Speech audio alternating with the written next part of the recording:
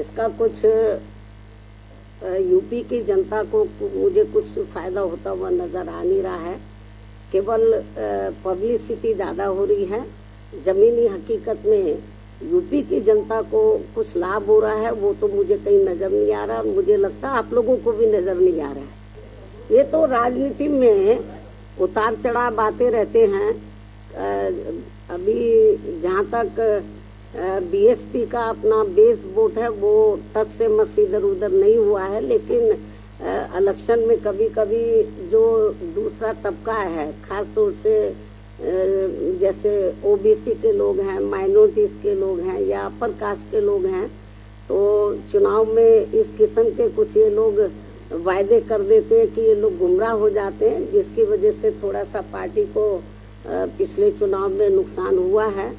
और लोग तो ये भी कहते हैं कि ये इस बार जो यूपी में असेंबली का चुनाव हुआ, रिजल्ट आने के बाद तो लोगों का ये कहना था कि जिस बस्ती में या जिस पोलिंग बूथ पर, तो जिस एरिया में ज़्यादातर दलितों का ही वोट है या बड़े पैमाने पर दलितों का वोट है और उन्होंने बीएसपी को वोट दिया, लेकिन जब उस एरिया के मशीनें निकली तो वो वोट कहीं और का निकल आया।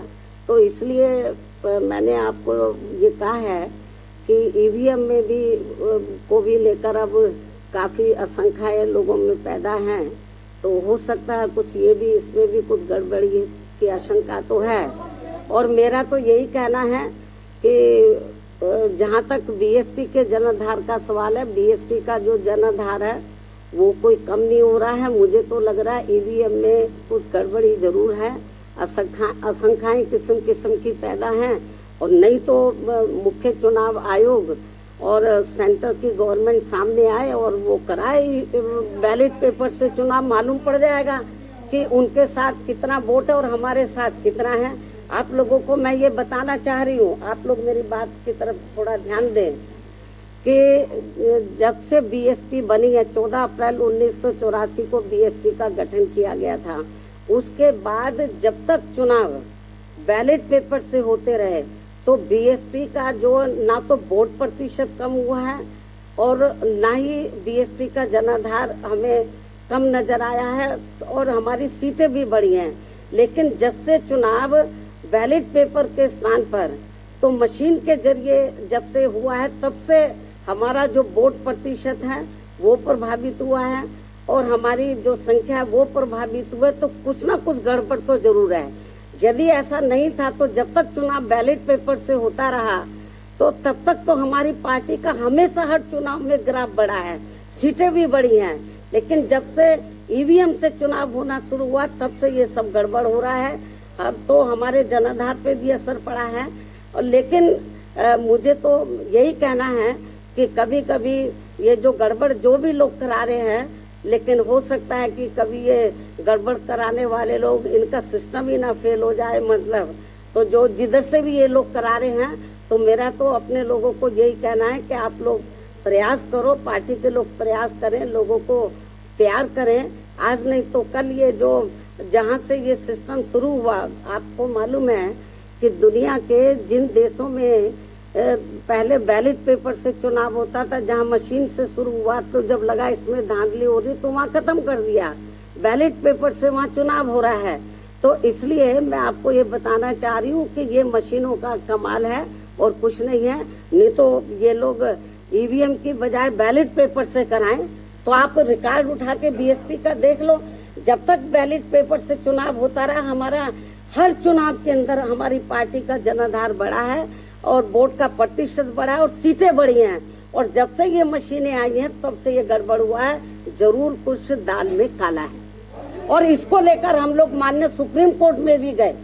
ऐसा नहीं है हमारी पार्टी गई, और भी पार्टियां गई मतलब, लेकिन उसके बाद उन्होंने कहा कि हम पर्ची सिस्टम वो भी गड़बड़ है, बोलते 4-5 पर्ची निकाल लेंगे। ऐसा नहीं है, ये ठीक सिस्टम नहीं है। बल्कि जब ये वोटिंग मशीन में वोट पड़ा है तो उससे जो पर्चियां, उससे पूरी की पूरी पर्चियां टैली होनी चाहिए, मालूम पड़ जाएगा। फिर उसको भी ये करने के लिए तैयार नहीं है ये। तो इसलिए ये जो आपने सवाल पूछा है ये केवल ईवीएम का कमाल है और कुछ नहीं। और पूछो नहीं, हम तो जो कर सकते थे, हम लोग माननीय सुप्रीम कोर्ट में गए, हमने माननीय चुनाव आयोग को भी कहा, आज फिर हम मीडिया के माध्यम से कह रहे हैं कि आप बैलेट पेपर से चुनाव कराएं। दुनिया के बहुत से ऐसे देश हैं जहां पर ये सब गड़बड़ हो रहा था, वो फिर से बैलेट पेपर पर आ गए, क्यों नहीं बैलेट पेपर पे आते हैं? देखो, पहले बात तो आपने ये गलत बोला है कि बाबा साहब ने मनुस्मृति चलाई। बाबा साहब डॉक्टर अम्बेडकर ने नहीं चलाई है, एक तो आपको ये करेक्ट कर लेना चाहिए। और उन्होंने किस संदर्भ में ये बात बोली है मुझे नहीं मालूम। यदि मुझे मालूम होता किस संदर्भ में बोलिए तब मैं प्रतिक्रिया देती। तो उन्होंने मुझे ये चीज मीडिया नहीं दिखा रहा किस संदर्भ में बोली है, तो किसका रेफरेंस उन्होंने दिया और मैंने सुना नहीं है। और जब तक वो किस संदर्भ में बोला तो कोई प्रतिक्रिया करना ठीक नहीं होगा। तक वो किस संदर्भ में बोला तो कोई प्रतिक्रिया करना ठीक नहीं होगा। मैं जो आपको बता रही हूँ पसमानदे के बारे में, पूरे यूपी के मुस्लिम समाज के लोगों को ये मालूम है कि उनके साथ किस प्रकार की ज्यादती हो रही है, यूपी में नहीं पूरे देश के अंदर। तो जहाँ तक पसमानदा का सवाल है, ये मैंने ट्वीट के जरिए भी कहा था, जो मुस्लिम समाज है वो मुस्लिम पहले पसमानदा बाद में है।